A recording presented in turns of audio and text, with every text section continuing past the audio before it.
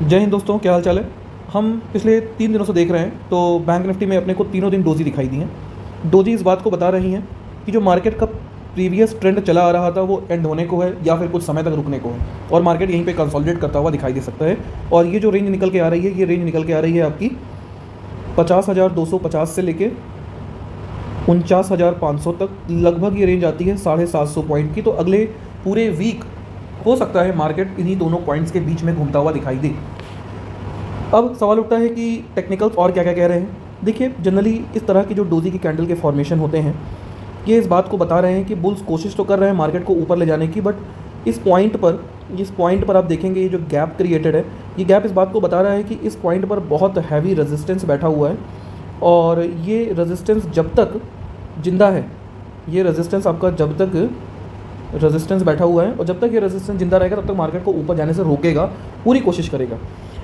हमें ट्रेड लेना कैसे चाहिए? देखिए, मार्केट जो है वो अभी भी अपने 10 डे मूविंग एवरेज से ऊपर ट्रेड कर रहा है, ठीक है ना।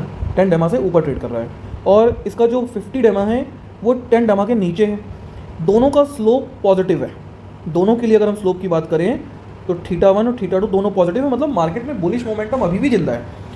सवाल उठता है कि तो ट्रेड ले कैसे? देखिए, मैं आपको ये सजेशन दूंगा कि इस समय जो सबसे इंपॉर्टेंट सपोर्ट बन गया है वो बन गया है आपका 49,500, 49,500।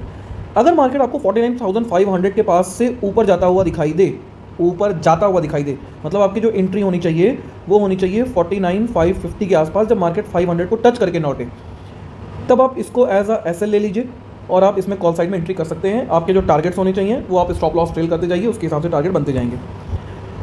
लेकिन अगर मार्केट इस पॉइंट पर नहीं रुकता है और नीचे जाता है तो आप एंट्री मत कीजिए, तब तक एंट्री मत कीजिए जब तक मार्केट इस रेड लाइन को क्रॉस करके नीचे ट्रेड ना करने लगे, क्योंकि इसके पहले अगर आप बेरिश होने की सोचेंगे तो आप फंस सकते हैं, मार्केट कभी भी लौट सकता है।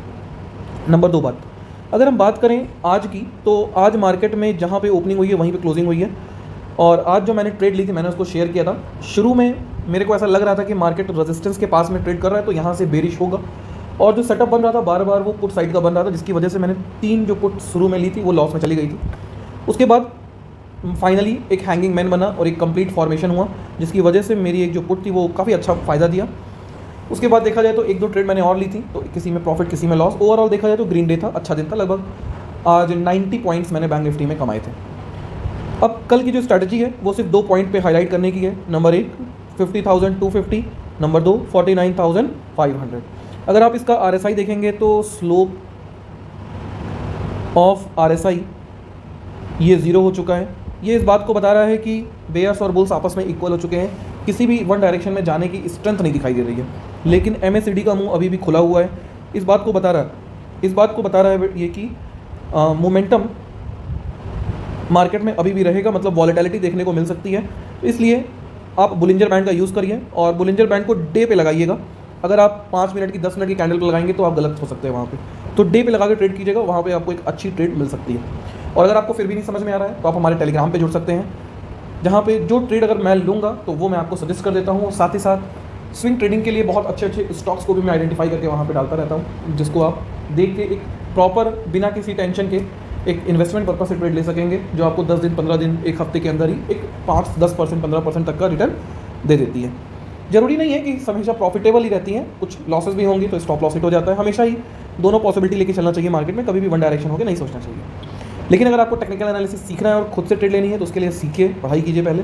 और सीखने के लिए आप हमसे कॉन्टैक्ट कर सकते हैं। मेरा मोबाइल नंबर है 8840747884।